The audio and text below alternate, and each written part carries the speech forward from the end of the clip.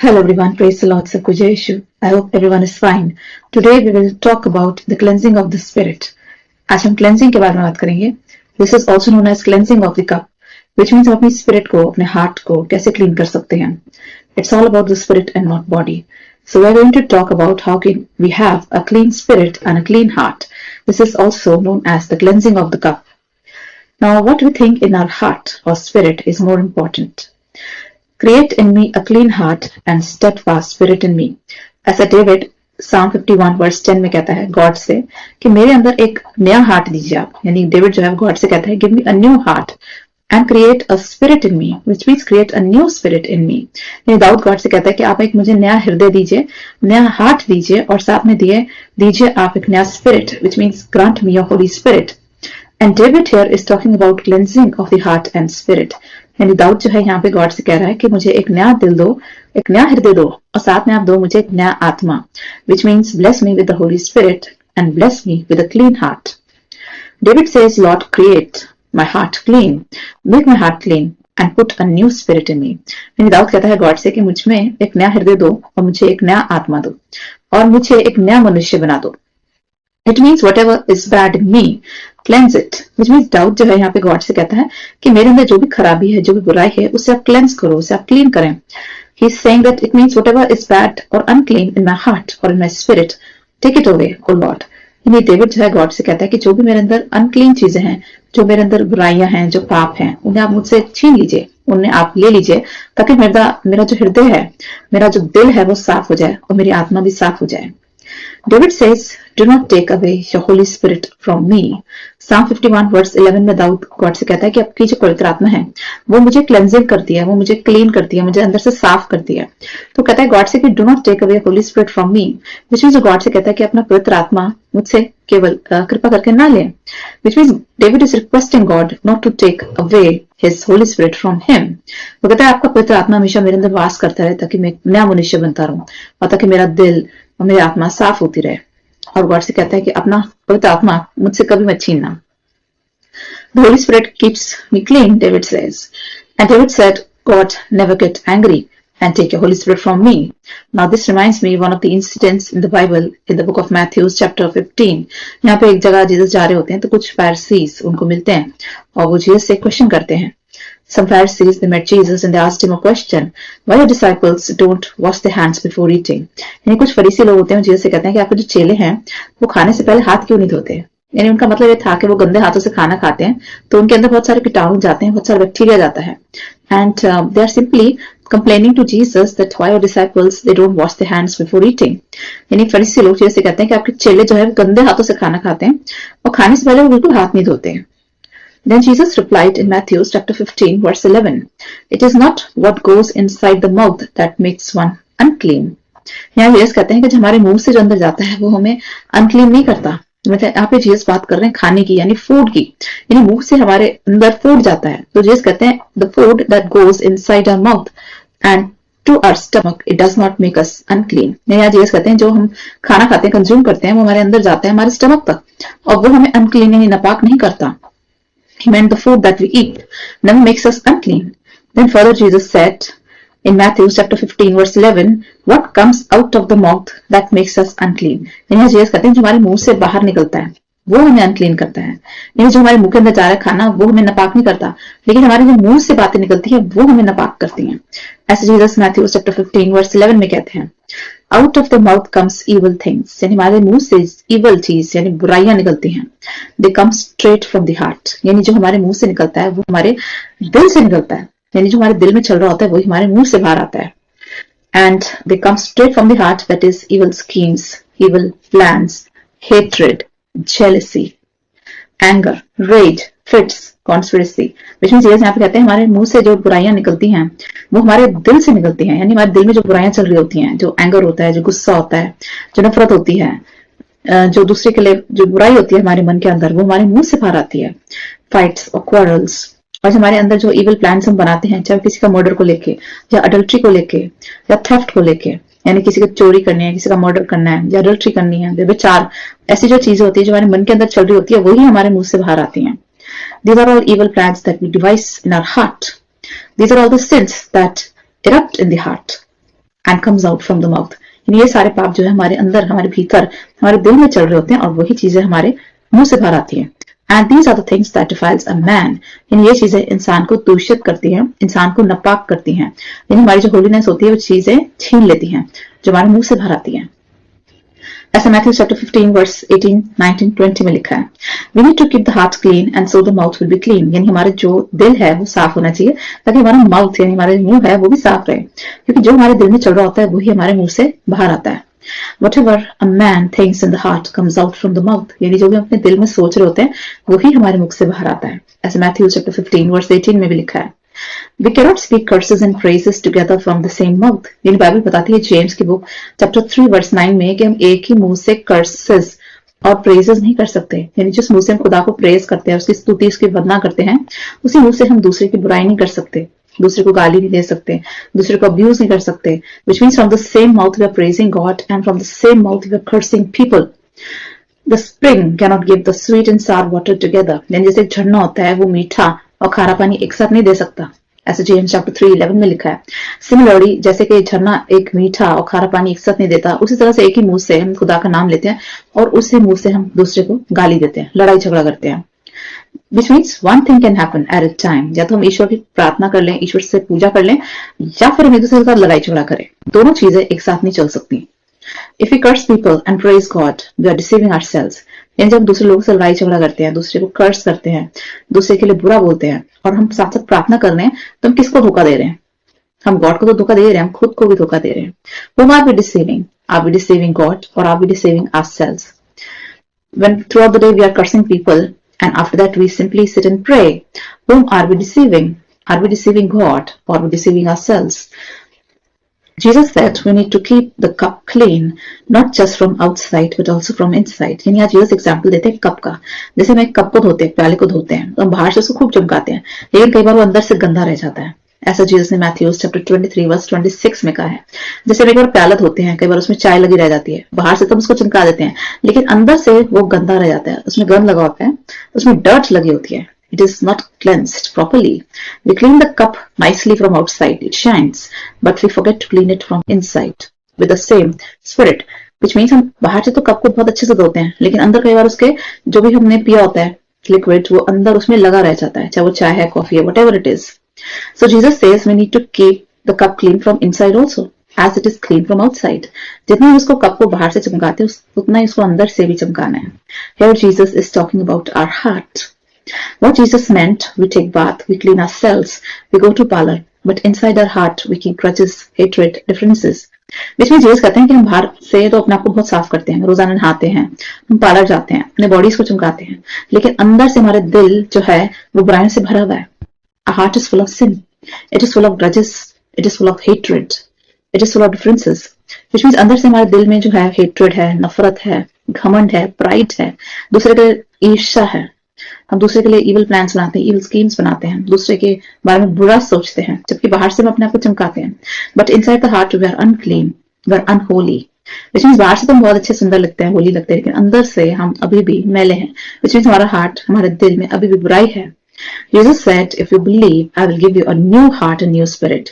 यानी एज़ेकियल की बुक देखें अगर आप, चैप्टर 36 वर्स 26 में जीसस कहते हैं, अगर तुम मुझ पे विश्वास करते हो, मैं तुम्हें नया दिल दूंगा और तुम्हें दूंगा नई आत्मा.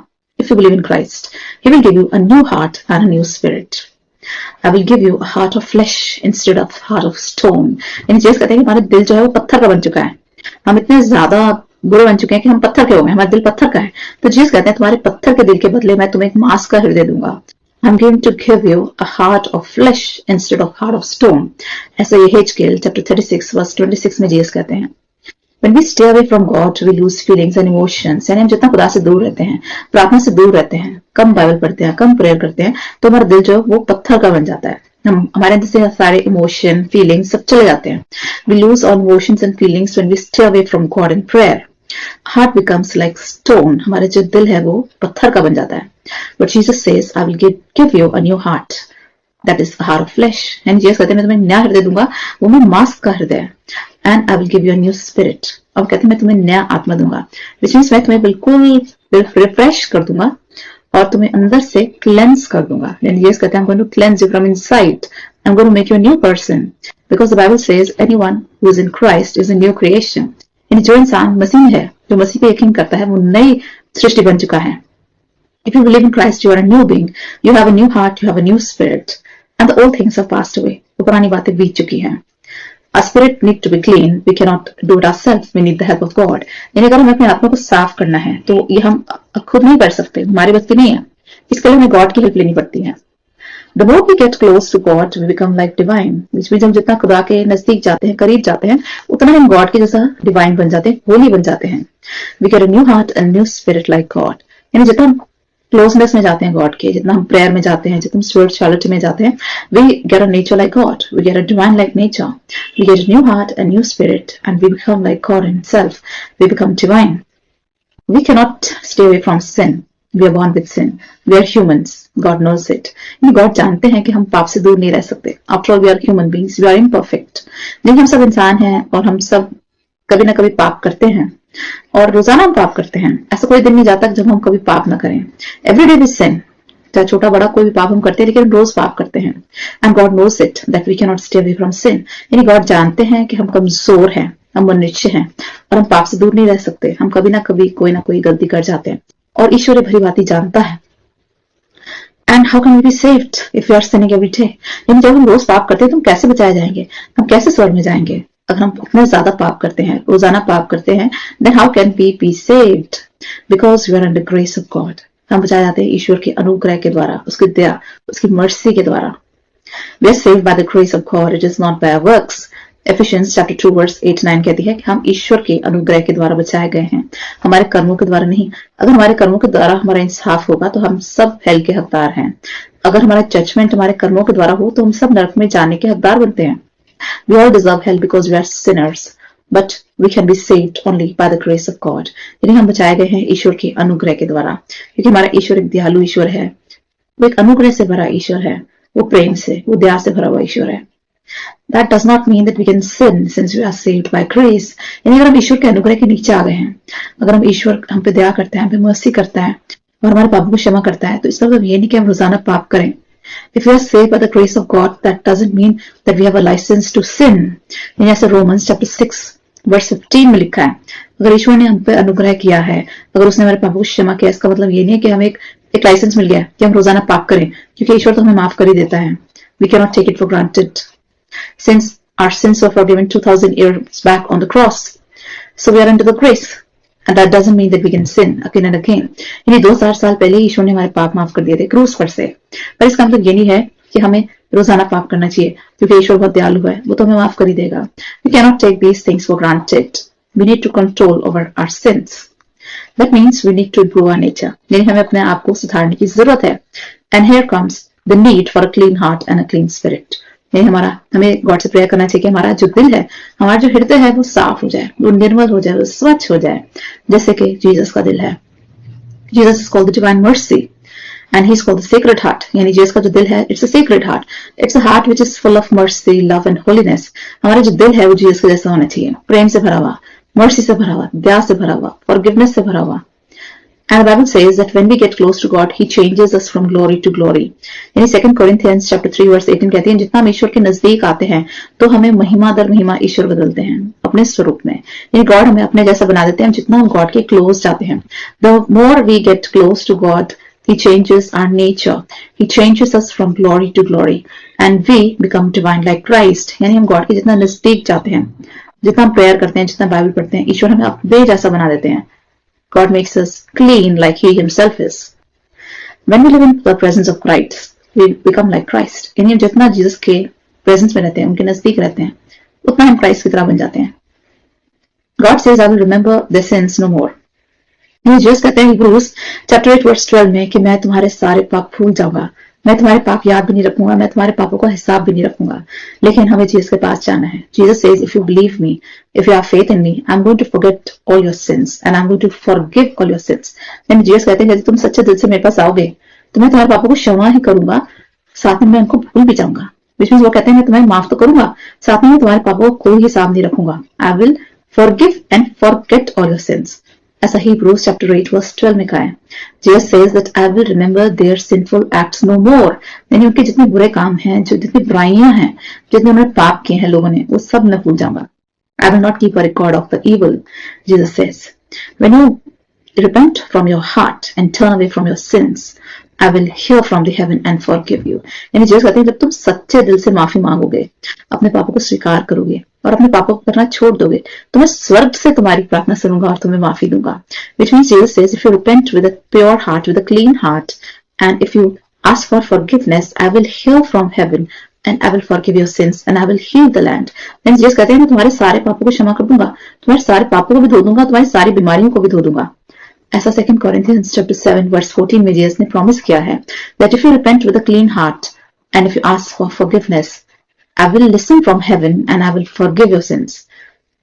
God is ready to forgive us all the time. यानी ईश्वर हम रोज पाप करते हैं, वो रोज हमें माफ करते हैं. He is such a forgiving Father that we sin every day and He forgives every day. Therefore, let us not consider the sacrifice of Jesus or His blood as a small thing, and let us not keep sinning and betraying God.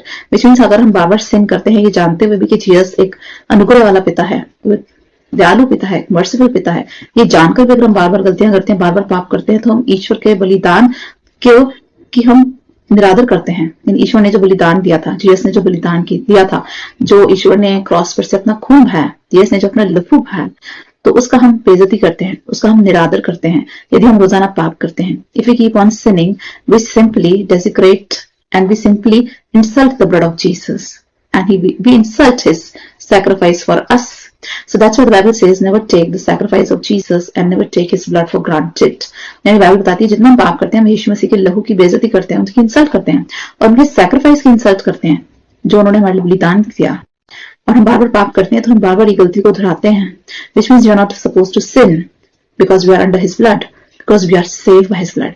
क्योंकि हम यीशु के खून के द्वारा, उसके रक्त के द्वारा हम खरीदे गए हैं, बचाए गए हैं. तो हम ऐसा करके गलत काम ना करें जिससे उनकी बेइज्जती हो, उनके रक्त की. ऐसा ही Hebrews chapter 10 verse 29 में लिखा है, Let us worship the Lord in spirit and truth. The Bible says कि जो सच्चा वर्शिपर है ना, वो गॉड को स्पिरिट में प्रेयर करता है. ऐसे जॉन चैप्टर 4 वर्स 24 में लिखा है, The Lord loves those who worship in spirit and truth. यानी ईश्वर उन लोगों से प्रेम करते हैं जो सच्चाई से और जो आत्मा में प्रार्थना करते हैं. यानी जो इंसान सच्चे दिल से प्रेयर करता है और जो आत्मा से प्रेयर करता है, जीसस उनसे प्रेम करते हैं. ऐसे जॉन चैप्टर 4 वर्स 23-24 में लिखा है, Therefore God is spirit, and those who are one with the Lord are united with Him in spirit.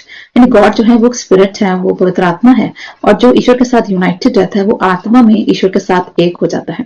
Which means when we keep on praising God and when we keep on loving God and when we stay in the presence of God, we unite with Him in spirit. Which means हमारा God के साथ union हो जाता है और हमारा आत्मा God के साथ मिल जाता है. This is called spiritual union. Which means because God is spirit, because God जो है वो होली स्पिरिट है, He is holy of holy. He is a holy God, and when we stay in communion with Him, when we stay in connection with Him, we unite with Him in spirit. यानी जो ईश्वर के साथ एक है वो आत्मा में ईश्वर के साथ मिल चुका है और हमारा आत्मा ईश्वर के आत्मा के साथ मिल जाता है. And that's why we become spiritual and we bring spirit. यानी जब पवित्र आत्मा हमारे अंदर आता है तो पवित्र आत्मा हमारी आत्मा के साथ मिल जाता है और हम एक इंसान होली बीइंग बन जाते हैं. And then we stay connected with God in spirit. This is called spiritual union with God. This is written in 1 Corinthians chapter 6 verse 17, that he who is united with God is one in spirit. Which means जब हम God के साथ एक हो जाते हैं तो हमारा यूनियन हो जाता है. That's called spiritual union. David was a man whose heart was after God. यानी दाऊद एक ऐसा इंसान था जिसका हृदय हमेशा ईश्वर के पीछे जाता था. ऐसा 1 Samuel chapter 13 verse 14 में लिखा है, he used to go after God, which means he used to pursue God. And he said that my spirit longs to meet God. When shall I meet God? यानी दाऊद जो है वो Psalm 42 verse 2 में कहता है कि मेरा आत्मा जो है वो ईश्वर के आत्मा का प्यासा है. मैं कब ईश्वर के दर्शन करूंगा, कब मैं उससे मिलूंगा. Which means David says that my heart longs to meet God. I long to unite with God and I long to see God. यानी डेविड कहता है कि मेरी आत्मा प्यासी है कि कब मैं ईश्वर के दर्शन करूंगा, कब मैं उनसे रूबरू होऊंगा, कब मैं उनसे मिलूंगा. This is written in Psalm 42 verse 2. Even on the bed David meditates in the night. यानी दाऊद जब रात को अपने बिछौने पे सोता है तब भी वो ईश्वर के बारे में सोचता है. वो कहते हैं मैं दिन रात ईश्वर के बारे में सोचता हूँ. वो कहते हैं रात को भी मुझे नींद नहीं आती क्योंकि मैं अपने बिस्तर पे तभी मैं गॉड को मिस कर रहा होता हूँ. Which means he is missing God on his bed in the night. This is written in Psalm 63 verse 6. Which means David says that I miss God even in the night, and he meditates on God in the night. on his bed. We are not a body, we are spirit, which means we should live in spiritual realm, not in the fleshy realm. यानी हमें आत्मा में रहना चाहिए और हमें आत्मा के फॉलो करना चाहिए, ना कि बॉडी को फॉलो करना चाहिए. After all the Bible says we are the temples of the Holy Spirit. यानी बाइबल बताती है कि हमारा जो शरीर है वो पवित्र आत्मा का मंदिर है, because the Holy Spirit resides in us. ऐसा 1 Corinthians chapter 6 verse 19 में लिखा है that our bodies are the temple of the Holy Spirit, which means ईश्वर का जो पवित्र आत्मा हमारे अंदर वास करता है और हम लोग ईश्वर के पवित्र आत्मा के मंदिर हैं. We are the temples of the Holy Spirit because the Spirit of God resides in us. So how can you desecrate Lord's temple by committing sin? यानी जितना हम sin करते हैं, पाप करते हैं, हम ईश्वर के जो टेम्पल है, जो मंदिर है, उसको हम डेजिग्रेट करते हैं, उसको अनहोली बनाते हैं. क्योंकि ईश्वर का मंदिर कौन है? ईश्वर का मंदिर हम हैं. ईश्वर का मंदिर मैं हूं, क्योंकि मेरे अंदर पवित्र आत्मा रहता है. God resides in me. We are the temples of the Holy Spirit. And the more we sin, we desecrate the temple. यानी जितना हम पाप करते हैं, उतना ही हम अपने आप को डिफाइल करते हैं, अपने आप को अनहोली करते हैं. Because we are the temple of the Holy Spirit, and the Holy Spirit resides in us. As 1 Corinthians chapter 6 verse 15 में लिखा है, let us not commit sin and desecrate this temple of the Holy Spirit. यानी हमारी जो body है वो temple है पवित्र आत्मा का, उसको बार बार पाप करके उसको डेसिक्रेट ना करें, उसको अनहोली ना बनाएं. We need to keep our heart, our body, soul and spirit clean for the day of the Lord. यानी बाइबल कहती है 1 Thessalonians chapter 5 में verse 23 में कि हमें अंत के दिन तक अपने आप को बचा के रखना, अपने आप को क्लीन रखना है, अपने आप को साफ रखना है. किसे साफ रखना है? अपनी आत्मा को, अपने हृदय को, अपने सोल को, अपने माइंड को. Which means जब लॉर्ड आएंगे, जब when Lord Jesus will come back for the judgment, we need to keep our spirit, our soul, our hearts, our minds clean. यानी हमें इतना अच्छा जीवन बिताना है ताकि हमारी आत्मा स्वच्छ रहे, निर्मल रहे, साफ रहे, होली रहे. हमारा जो सोल है, हमारी जो माइंड है, हमारा जो हार्ट है, वो क्लीन रहे, बिल्कुल साफ रहे. कब तक? जब तक कि जीसस वापस नहीं आते, हमारा इंसाफ नहीं करते. His blood cleanses from all sins. Jesus shed his blood to save us from our sins. As of 1 John 1:7 में लिखा है कि Jesus shed his blood so that we could become clean from our sins. He cleanses from our sins by shedding his blood. And that's why it is said, create in me a clean heart and clean spirit. और इसलिए दाऊद कहता है Psalm 51 verse 10 में कि मुझे नया हृदय दीजिए. प्रभु से कहता है कि मुझे नया हृदय दो, मुझे नई आत्मा दो और मेरे को शुद्ध कर दो अंदर से बाहर तक. ऐसा दाऊद कहता है कि गॉड ने अपना लहू बहाया ताकि हम लोग क्लीन हो जाए, हम साफ हो जाए. Wash me with hyssop and I will be clean. यानी दाऊद कहता है कि मुझे हिस्सप से धो ताकि मैं साफ हो जाऊं. ऐसा Psalm 51 verse 7 में लिखा है, wash me and I will B whiter than snow. यानी दाऊद कहता है कि जब आप मुझे धोते हैं, जब आप मेरे पाप को क्षमा करते हैं, तो मैं स्नो जो होती है, बर्फ जो होती है, उससे भी ज्यादा उज्जवल हो जाता हूँ. Restore to me the joy of salvation. और दाऊद कहता है कि जब गॉड मुझे माफ करते हैं तो मुझे मिलता है मोक्ष, मुझे मिलता है उद्धार, मुझे मिलता है salvation. This is written in Psalm 51 verse 12. Grant me a willing spirit and sustain me. यानी दाऊद कहता है मुझे एक ऐसा आत्मा दो जो कि बिल्कुल क्लीन हो, जो साफ हो, जो हमेशा ईश्वर के पीछे जाता है. And he says blot out all my since. और दाऊद कहता है Psalm 51 verse 1 and 2 में कि मेरे सारे पापों को धो के हे ईश्वर मुझे शुद्ध कर दो. Give me a clean heart, clean spirit and wash me from my sins.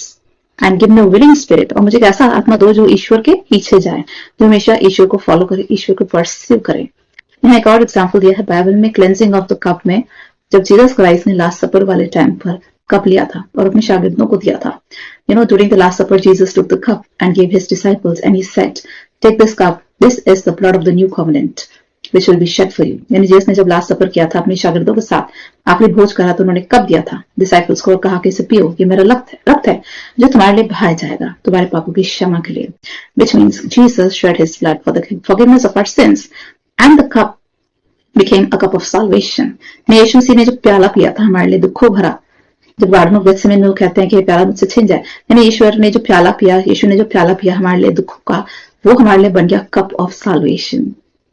And this cup cleanses from our sins. यही कप है जो हमें हमारे पापों से मुक्ति दिलाता है, हमारे पापों से आजादी दिलाता है और हमें एक नया हृदय देता है, न्यू हार्ट देता है और देता है हमें एक new spirit. I would like to pray for all of you. Heavenly Father, we come before you with our prayers. Father God, we pray for all the viewers who are watching this video. Father God, bless each one of us abundantly.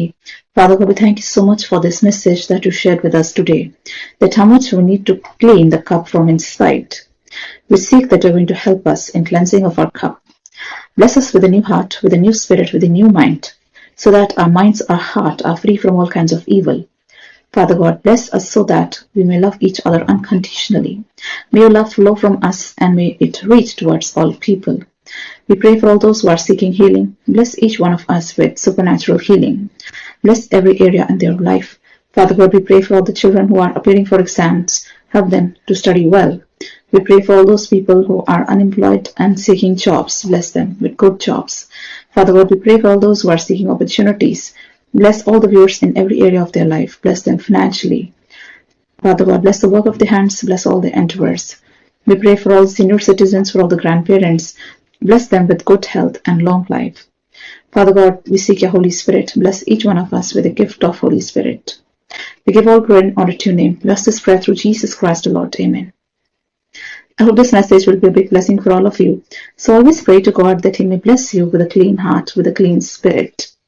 And your lives will be richly blessed. Take care. God bless you. Bye-bye.